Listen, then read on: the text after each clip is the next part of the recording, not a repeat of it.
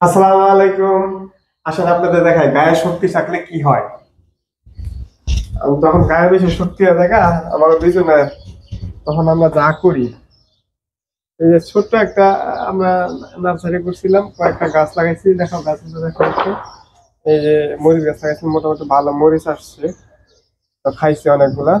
তো এখন আমি আপনাদের যে বিষয়টা দেখাবো সেটা হলো গায়ে শক্তি থাকলে কি হয়।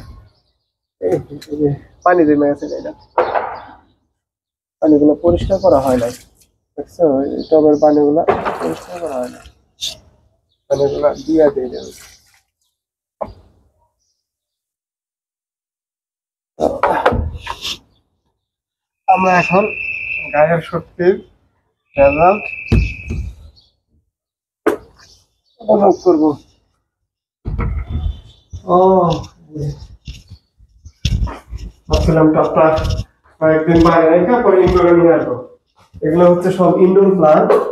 এই ইনডোর প্লান্ট গুলা আমি করতেছিলাম। তো এই যে গাইস, আমি যে বিষয়টা দেখাতে চাইছিলাম, এই যে গায়ের শক্তি ফলে দেখেন আমার এই যে কি সুন্দর একটা গাছ ছিল, ডাম্পকিন গাছটা, এই যে কি অবস্থা। এই যে আমার এই ডাম্পকিন গাছটা সুন্দর ছিল এরকম, এই অবস্থায় যে আমার ডাম্পকিন গাছটা শেষ দিয়ে দিচ্ছি। এখন আমি এই টপটা থেকে যে বিষয়টা দেখা একটু কাছে ছিল, এই টপটা থেকে এটা এই গাছটা উঠে ফেলাম। এই গাছটা উঠে আমার ওই যে ডাম্পকিন যে গাছটা আছে, এই গাছটা যেমন সেট করবো। তো আমি এখানে উঠানোর জন্য ট্রাই করবো। এই যে উঠে যাচ্ছে, সুন্দরভাবে উঠে আসছে। হুম। এই যে গাছটা উঠায় রাখলাম, ঠিক আছে? গাছটা উঠায় রাখলাম। এখন এটার মধ্যে আমি এই ডাম্পিং গাছটারে সেট করবো। আর ডাম্পিং গাছটা অনেক সুন্দরভাবে ছিল, কিন্তু আমি অভিজ্ঞভাবে সেট করবো না। আমি চাচ্ছি এখন এটাকে আরেকটু ডিজাইন করে উঠে।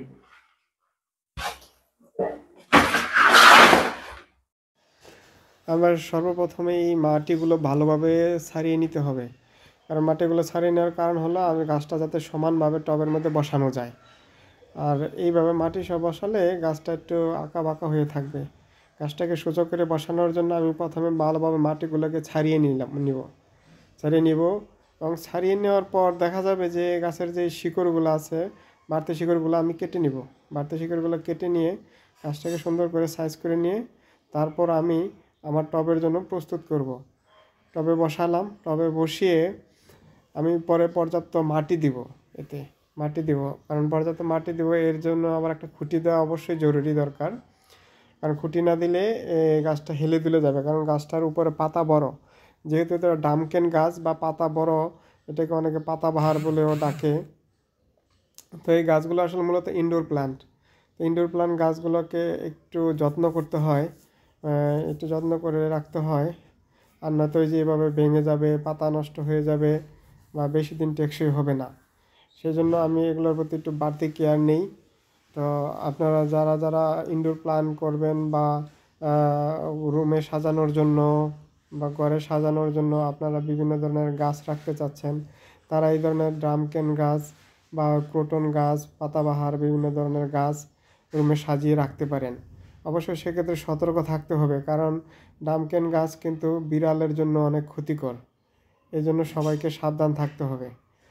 তো যারা যারা আমার ভিডিওটি দেখছেন, বা যদি আপনাদেরকে মনে হয় যে না আমার এই ভিডিওগুলো আপনাদের কোনো কাজে আসছে বা ভালো লাগছে, তাহলে অবশ্যই আমার ভিডিওগুলো শেয়ার করবেন। কাজে কাজ মোটামুটি শেষ করলাম। এটা আলহামদুলিল্লাহ, এখন এটা ছাদে নিয়ে রোদ্রে দিব। রোদ্রে দিলে ও তার সেই পুরোনো যৌবনটা ফিরে পাবে, সে আগের মতো আবার সাবলীল হয়ে যাবে। সময় লাগবে না বেশি, 1 সপ্তাহের মতো সময় লাগবে। এখন যদি এভাবে ছাদে নিয়ে রাখি তাহলে গাছ অ্যাকুরেট হয়ে যাবে।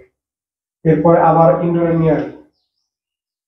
আউটডোরে রাখা গাছকে শক্তিশালী করতে হয়, শক্তিশালী করে তারপর ইনডোরে এনে রাখতে হয়, তাহলে গাছের আয়ুকাল ভালো থাকে। তো সবাইকে অসংখ্য ধন্যবাদ, ভালো থাকবেন, আল্লাহ হাফেজ।